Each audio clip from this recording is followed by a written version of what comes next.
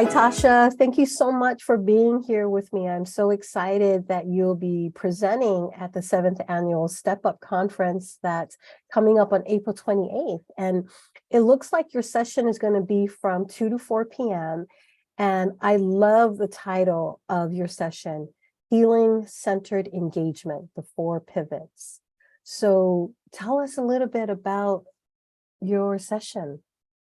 Yeah, so this session is going to be based off the 4 Pivots book by Dr. Ginwright at Building Changes, which is where I work. We recently spent, about 6 or 7 months going through this book, really taking those principles to heart as part of our race equity journey.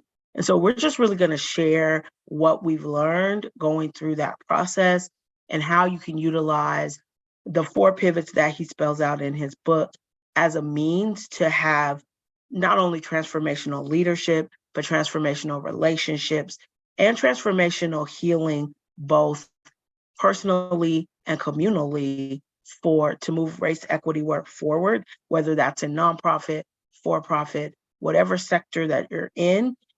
We just believe that these pivots are really the key for us moving the social justice movement forward, which is what Dr.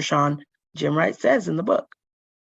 That is so beautiful, where you are actually bringing in this element of healing for organizations and for community. Because when we enter into our workplace, we don't leave our community. We are still part of the community. Yeah, we very much are. I tell my staff all the time, our team, I'm like, we bring our full selves with us, whether we want to or not, right? All of our intersectionalities, all of our identities, all of that comes with us. And with that comes sometimes our hurts, sometimes our pains, our triggers, all of those things come with us when we come into space. And so really, the first pivot in the 4 pivots is what Dr. Ginwright calls mirror work. And that is where we do our own work. And he talks about going from lens to mirror. So what is it that I have to work on? What are those things that trigger me? What am I bringing into the space that make me show up however I'm showing up, right? And if there are things within me that are not yet healed, how do I work on healing those so that I bring my full, healed, and complete self to my space? Yes, beautiful. Hurt people, hurt people. Hurt people, hurt people. And healed people, heal people. Exactly. And healed people, heal people, right? Yes. And I think because all of our organizations are made up of organisms, and so we are the sum total of the organisms that make up organizations. And so if one organism is hurting, that will all then lead to the organization also being hurting. And so we can't do this work and do it effectively unless we talk about healing folks at the organism level, so that then the collective of all those different organisms that come together to make up this wonderful system then are able to be impactful in a new and different way. Exactly. So when we heal ourselves, we heal the collective.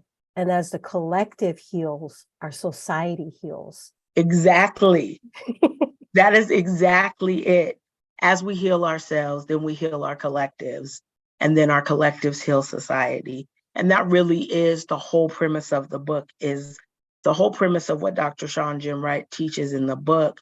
And what we have learned is that, like, in order for us to really show up and have a real and genuine social justice, racial equity, community, we first have to look at healing ourselves. And then once we heal ourselves, we can talk about how we start to have transformational relationships. Exactly. And excuse me. It's okay. And it's like you're talking about that mirror work, and sometimes it can be really difficult for individuals to partake in that mirror work because you're looking at all of the shadows and you're looking at everything else that comes with it. And sometimes it's just easier to just put it on the side. I'll deal with this later.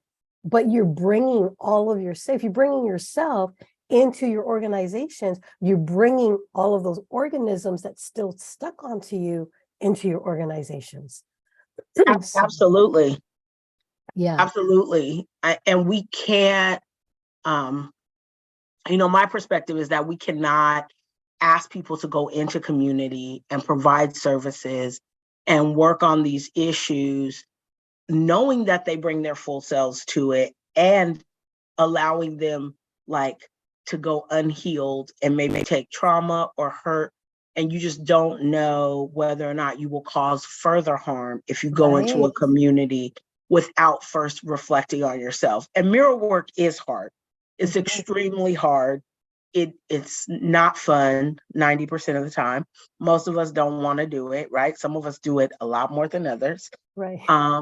But it is hard work, and it's extremely hard to do mirror work in a work setting because we're asking people to really address their own internal biases, thoughts, processes, hurts, triggers, all of that in a work setting. Right. But I think you don't know what you don't know. And so unless you look at yourself and say, oh my God, that is the thing that triggers me. And when that happens, then I act this way.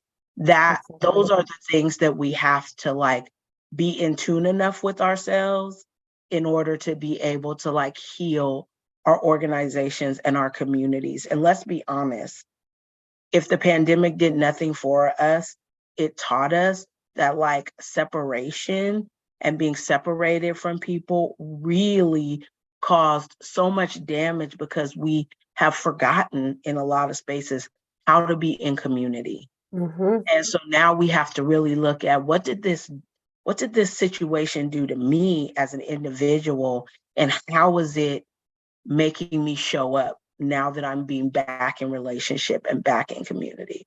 Exactly. On my signature line, I have a quote that I coined: the hard work of transformation evolves into the heart work of liberation. I saw that, and it's so beautiful, but it's so true. And transformation, I think so many people think that transformation can happen externally, right? We live in a society that really teaches us you want a new body, go get a BBL. You want you want to be skinny, you can get liposuction. You want straighter teeth, go get braces. You want bigger boobs, go buy some, right? That all of those transformations are external, but the reality is I can change all of that.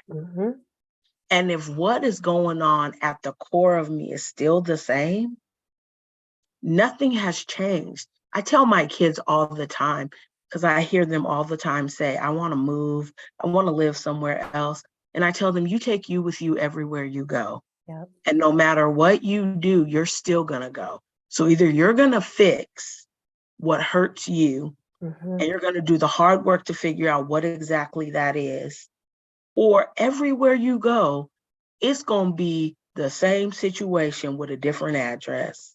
Yes. The same outcome in a new location. And I think, so we're really working hard to do that, which is not easy. But I think as, we learned with the murder of George Floyd and the immersion of so many companies and organizations really publicly saying, might I add, we're all about diversity. We're all about equity. We want to do this work. And no one has taken the time to say, this work cost what it cost. It's not going on sale. They're never going to discount it. And either you as an organization are committed and willing to pay what it costs.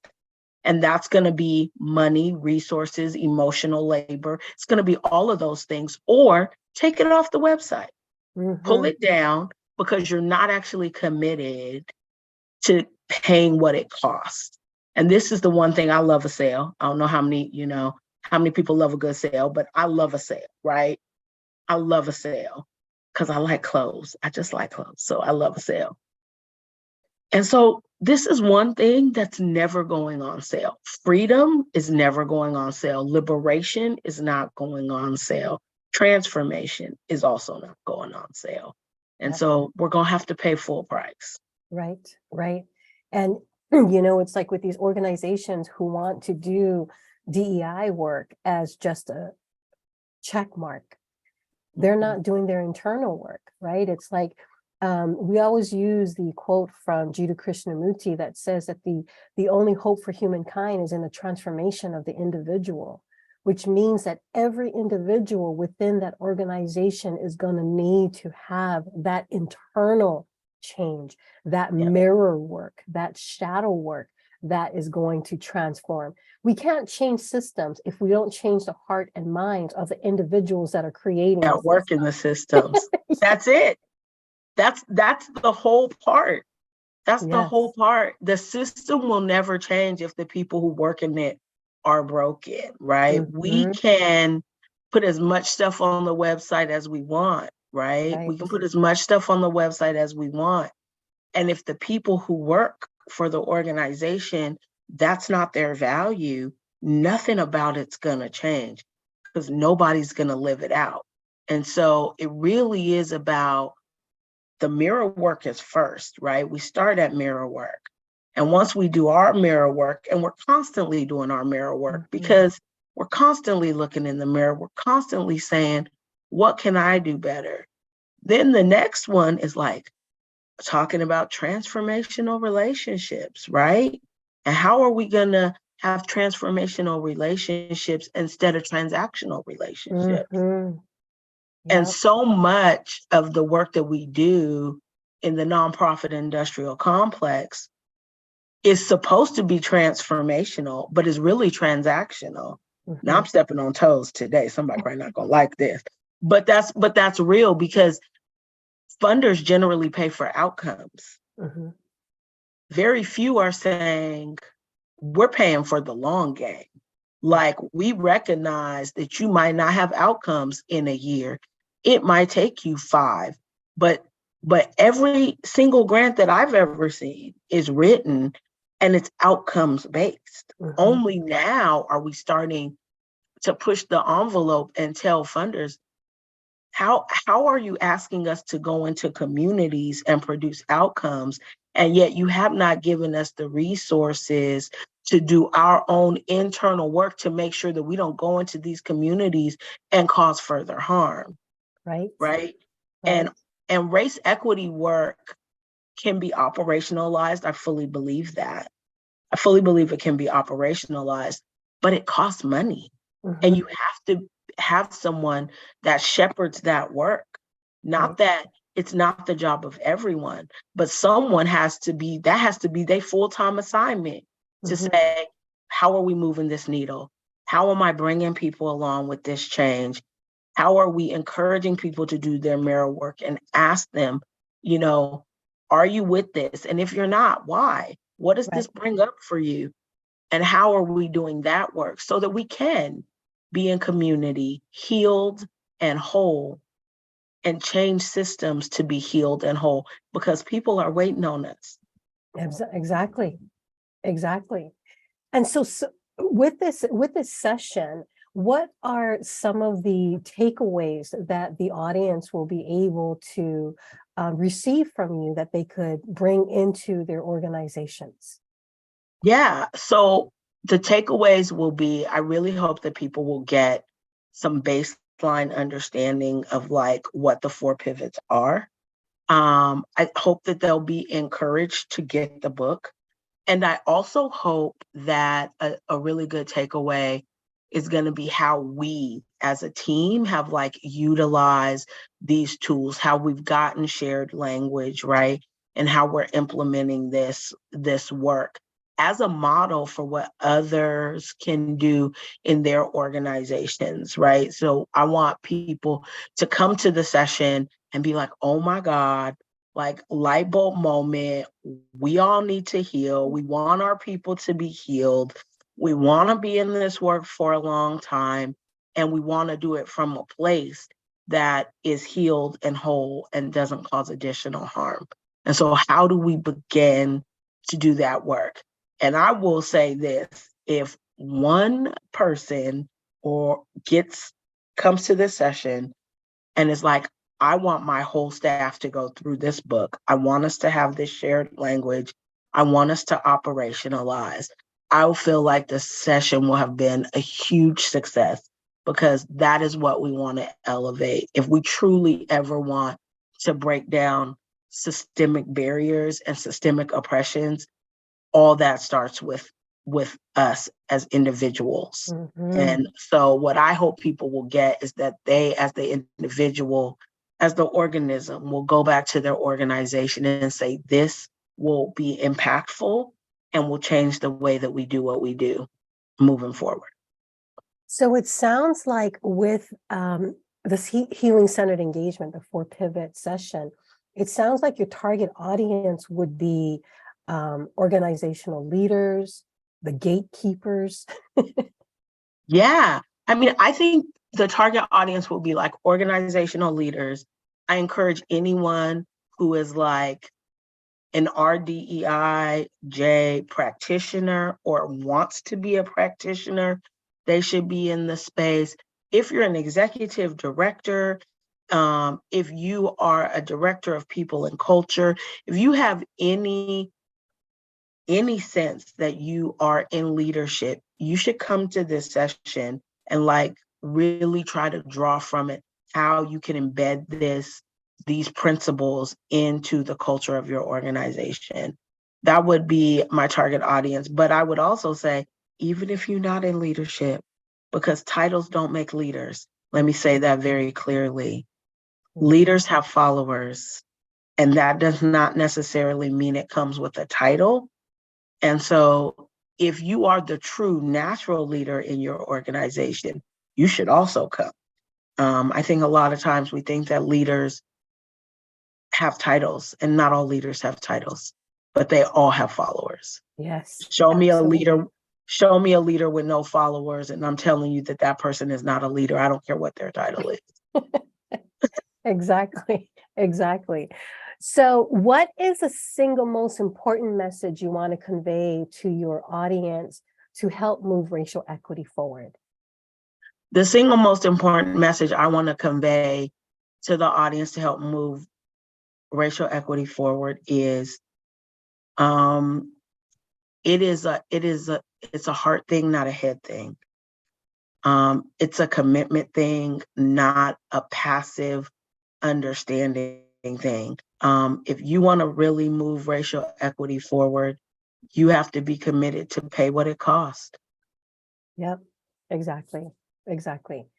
Tasha, I am really excited to have you at the 7th annual Step Up conference on April 28th. And this healing-centered engagement for all of our listeners who are listening to this, if you want to know where to start in having a organization where people can bring their entire selves, their healed selves, this is the session that you'll need to go to. So thank you, Tasha, for being here and for sharing your wisdom and your insight with us at Step Up. So thanks for being here with me.